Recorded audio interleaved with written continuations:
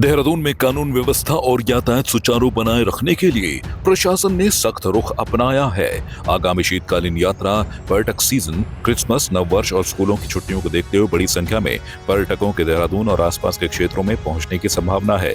इसके साथ ही वर्तमान में चल रहे शादी समारोहों के कारण शहर में यातायात दबाव पहले से ही बढ़ा हुआ है। इन्हीं परिस्थितियों के मद्देनजर जिला प्रशासन ने स्पष्ट किया है कि बिना अनुमति के धरना प्रदर्शन, जुलूस, रैली या शोभा यात्रा आयोजित करने वालों के खिलाफ कड़ी कार्रवाई की जाएगी। प्रशासन ने चेतावनी दी है कि ऐसे आयोजकों पर भारतीय न्याय संहिता की धारा 223 के तहत मुकदमा दर्ज किया जाएगा।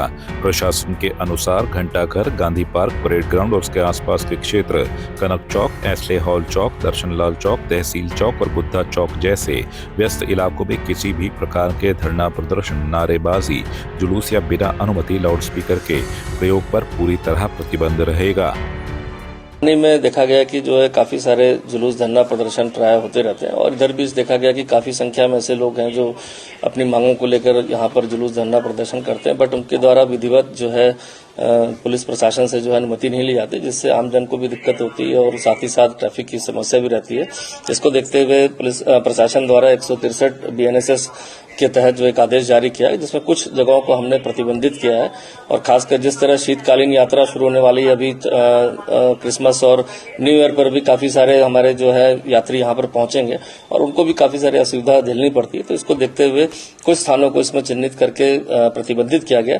सिर्फ उन जुलूस की जो अनुमति विधि सम्मत लेते हैं अनुमति और जिनके रूट्स को निर्धारित किया जाता है, तो उनको ही अनुमति प्रदान की जाएगी और जो इसका उल्लंघन करेगा उसमें जो है 223 हमारी BNS की सेक्शन है, जिसके तहत जो आयोजक होंगे या जो उसके लीडर्स होंगे उनके विरुद्ध इसमें मुकदमा दर्ज करने के लिए सभी को निर्देश जारी किए गए हैं। सिर्फ प्यार ही एक जज्बात नहीं होता, अपनों के साथ घर बनाना भी प्यार होता है। आप इस धूप में कितनी अच्छी। और ट्रूमेट अप्लायंसेस के साथ आपका दिल और घर दोनों चले परफेक्ट सिंक में। ट्रूमेट अप्लायंसेस के साथ लिखिए एक नई कहानी और देखिए हमारी फिल्म गुस्ताख-ए-इश्क जो आ रही है 28 नवंबर को सिर्फ थिएटर्स में।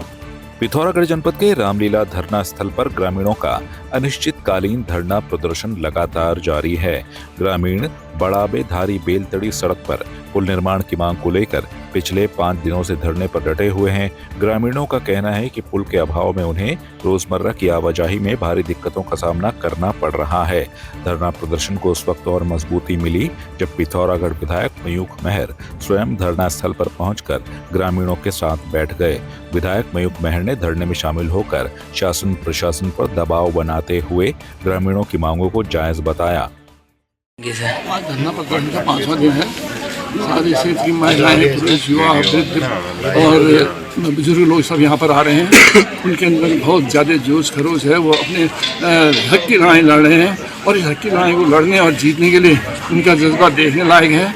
आज से 2 दिन पहले 2-10 साल के छोटे बच्चे भी यहाँ पर आए थे। शायद उन्हें भी अपने भविष्य की चिंता है, उन्हें भी आने वाले इसमें सुविधाओं की आवश्यकता है और वो चाहते हैं कि उनका क्षेत्र मोटर मार्ग से जुड़े, उनके समस्याओं का निदान होए, उनको जो आज आधुनिक सुविधाएं वो मिले, ये उनसे वो चाहते हैं। और दोनों बच्चे यहाँ पर आकर प्रदर्शन किया। आज और कल भी 90 वर्ष की 2 वृद्ध महिलाएँ यहाँ पर आई थी, जो आमा के रूप से संबोधित किया जा रहा था जिन्हें मंच से। वो वृद्ध महिलाएँ जिनकी ज़िंदगी की अब शाम ढल चुकी है, जिनके पास अब समय कितना है ये भगवान जानता है, पर वो भी आज अपने आने वाली पीढ़ी के हित के लिए, अपने आने वाली पीढ़ी के विकास के लिए यहाँ पर आकर धरना दे रहे हैं। और मुझे अफसोस होता है कि निर्लज्ज प्रशासन, ये निर्लज्ज सरकार, 90 साल की महिलाएं धरने पर बैठ रही हैं, 10 साल के बच्चे यहाँ पर धरने में बैठ रहे हैं, पर उनके कानों में जूं नहीं रह रही है। वो आँख बंद करके इसे देख रहे हैं। सारे जो कुंवर वनवासियों के विकास के लिए पैसा आया था उसको सारा हड़प लिया गया है।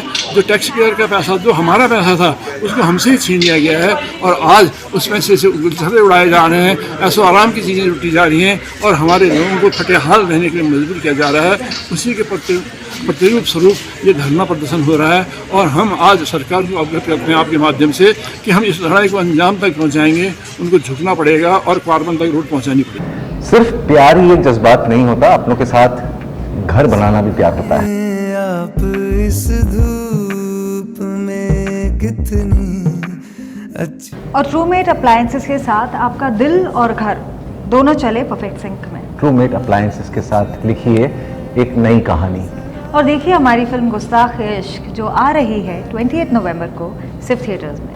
पौड़ी जिले में खेल महाकुंभ को लेकर तैयारियां तेज हो गई हैं। जिलाधिकारी स्वाति एस भदौरिया ने कलेक्ट्रेट सभागार में संबंधित विभागों के अधिकारियों के साथ बैठक कर आयोजन को सफल बनाने के निर्देश दिए। जिलाधिकारी ने कहा कि 20 नवंबर से न्याय पंचायत स्तर पर खेल प्रतियोगिताएं शुरू होंगी, जिसके बाद विधानसभा स्तर पर अगले चरण आयोजित किए जाएंगे। उन्होंने शिक्षा अधिकारियों को समय रहते शिक्षकों की तैनाती सुनिश्चित करने, प्रतियोगिताओं के प्रचार प्रसार को तेज करने और जनप्रतिनिधियों व आम जनता की अधिकतम भागीदारी सुनिश्चित करने के निर्देश दिए हैं। साथ ही आयोजन स्थलों पर पेयजल, बिजली, स्वास्थ्य सेवाओं सहित सभी मूलभूत व्यवस्थाएं पहले से दुरुस्त रखने को कहा है। जो भी हमारा खेल महाकुंभ प्रस्तावित है 20 दिसंबर से, उसके संबंध में आज सभी जितने हमारे BOPRDs हैं, हमारे जो ब्लॉक एजुकेशन ऑफिसर्स हैं और BDOs, इन सभी के साथ में बैठक ली गई और जो भी ड्यूटीज़ लगानी है और जो भी हमारे स्वास्थ्य विभाग के या जल संस्थान आदि के व्यवस्थाएं हैं, इन सभी को भी निर्देशित कर दिया गया है कि ससमय सभी कुछ पूर्ण कर ली जाए और साथ में जो हमारे फंड्स वगैरह हैं उसको भी टाइमली ट्रांसफ़र करने के लिए और जो हमारे स्थानीय जनप्रतिनिधि हैं उन सबको भी इन्वॉल्व करने के लिए इस पूरे आयोजन में और ड्यूरिंग द आयोजन और बिफोर द आयोजन इन्वॉल्व करने के लिए इन सभी के संबंध में विस्तृत दिशा निर्देश भी दिए गए हैं। और साथ में खेल विभाग ने एक अपना रजिस्ट्रेशन पोर्टल भी जारी किया है, जिसमें काफ़ी ऑलरेडी रजिस्ट्रेशन हो गए हैं और उसका प्रचार प्रसार भी और करने के लिए निर्देशित किया गया है, जिससे अधिक से अधिक हमारे बच्चे जो न्याय पंचायत स्तरीय तथा विधानसभा स्तरीय जो हमारी ये प्रतियोगिताएं हैं और लास्ट में जो डिस्ट्रिक्ट लेवल की यहाँ पे प्रतियोगिता होगी उसमें पार्टिसिपेट कर सकें। इसमें जितने भी हमारे जो स्कूली बच्चे फिलहाल के लिए उनके लिए कुछ आज इसके संबंध में भी बैठक की गई। तो हमारे कुछ जो संवेदनशील स्कूल्स हैं वो सभी से इसमें फीडबैक लिया गया, चाहे हमारे